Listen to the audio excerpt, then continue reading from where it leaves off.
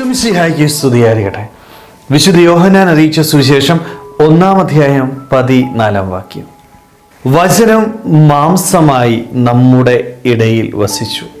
ഈശോ നമ്മുടെ ഇടയിൽ വസിക്കുന്നുണ്ട് എന്ന് വചനത്തിലൂടെ ഈശോ നമ്മളെ ഓർമ്മിപ്പിക്കുക. ഞാൻ നിങ്ങളിൽ നിന്ന് അകന്നിരിക്കുന്നവരല്ല, മറിച്ച് നിൻ്റെ കൂടെ നിൻ്റെ ചാരയിരുന്ന് നിന്നെ സംരക്ഷിക്കുന്ന ഒരു ദൈവമാണ് എന്ന് ഈശോ ഓർമ്മിപ്പിക്കുക. ഒരുപക്ഷെ നമ്മുടെയൊക്കെ ജീവിതത്തിൽ പലപ്പോഴും ഈ ഒരു ബോധ്യം നഷ്ടപ്പെട്ടു പോകും. ദൈവം നമ്മിൽ നിന്ന് മാറി നിൽക്കുന്ന ഒരു വ്യക്തിയായിട്ടാണ് ഇടയ്ക്കൊക്കെ നമ്മൾ ചിന്തിക്കാറല്ലേ. സഹനമുണ്ടാകുമ്പോൾ, വേദനയുണ്ടാകുമ്പോൾ നമ്മൾ തന്നെ ചിന്തിക്കാറുണ്ട്, ദൈവം എവിടെ പോയി, എൻ്റെ ദൈവം എന്നെ ഉപേക്ഷിച്ചോ? സ്നേഹമുള്ളവരെ, ദൈവം ഒരിക്കലും മാറി നിൽക്കുന്നവനല്ല. അവൻ ഈ ഭൂമിയിലേക്ക് കടന്നു വന്നത് എന്തിനു വേണ്ടിയാ? എന്നെ രക്ഷിക്കുവാനാ. പാപത്തിൽ നിന്ന് മോചനം നൽകി അവൻ എൻ്റെ കൂടെ എന്നും വസിക്കുവാനായിട്ട് ഒരു ഗോതമ്പ് അപ്പമായിട്ട് അവൻ നമ്മുടെ ഇടയിൽ വസിക്കുന്നത്. സ്നേഹമുള്ളവരെ, ഈ ഒരു ബോധ്യം നമ്മുടെ മനസ്സിലുണ്ടാവണം.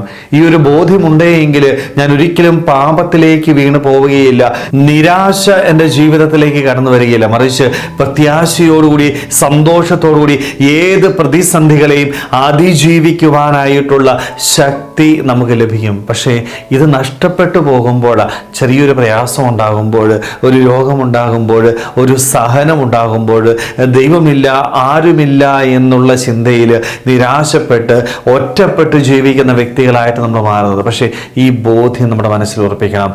ദൈവം എൻ്റെ കൂടെ വസിക്കുന്നു. കാരണം എൻ്റെ കൂടെ വസിക്കാനായിട്ട് അവൻ ഈ ഭൂമിയിലേക്ക് കടന്നു. പക്ഷേ ഞാൻ എന്താ ചെയ്യുന്നത്? എൻ്റെ കൂടെ എൻ്റെ ദൈവത്തെ വസിപ്പിക്കുന്നുണ്ടോ?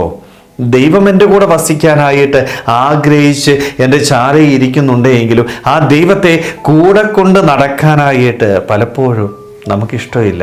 എന്തുകൊണ്ടാണ് ഇഷ്ടമില്ലാത്തത്? കാരണം ദൈവം കൂടെ ഉണ്ടെങ്കിൽ പല കാര്യങ്ങൾ എൻ്റെ ജീവിതത്തിൽ ഞാൻ വേണ്ട. ദൈവം കൂടെ ഉള്ളപ്പോൾ തെറ്റിലൂടെ പോവോ? ഒരിക്കലും പോകത്തില്ല. പാപത്തിലേക്ക് പോകത്തില്ല. ചില പ്രലോഭനങ്ങൾ എൻ്റെ ജീവിതത്തിൽ മാറ്റി, ചില തഴക്കദോഷങ്ങളൊക്കെ ഞാൻ മാറ്റണം. ഈ ലോകത്തിൻ്റെ മോഹങ്ങളുടെ പിന്നാലെ ഞാൻ ഓടത്തില്ല. ഇവയൊക്കെ എൻ്റെ ജീവിതത്തിൽ നിന്ന് ഞാൻ മാറ്റേണ്ടതായിട്ട് വരും. കാരണം എന്താ? ദൈവം കൂടെ ഉള്ളപ്പോൾ. ദൈവത്തെ അതുകൊണ്ട് പലപ്പോഴും കൂടെ വസിക്കാനായിട്ട് ആഗ്രഹിക്കുന്ന ആ ദൈവത്തെ ഞാനായിട്ട് മാറ്റി നിർത്തുക. ദൈവം ഒരിക്കലും എൻ്റെ അടുക്കൽ നിന്ന് പോകില്ല കേട്ടോ.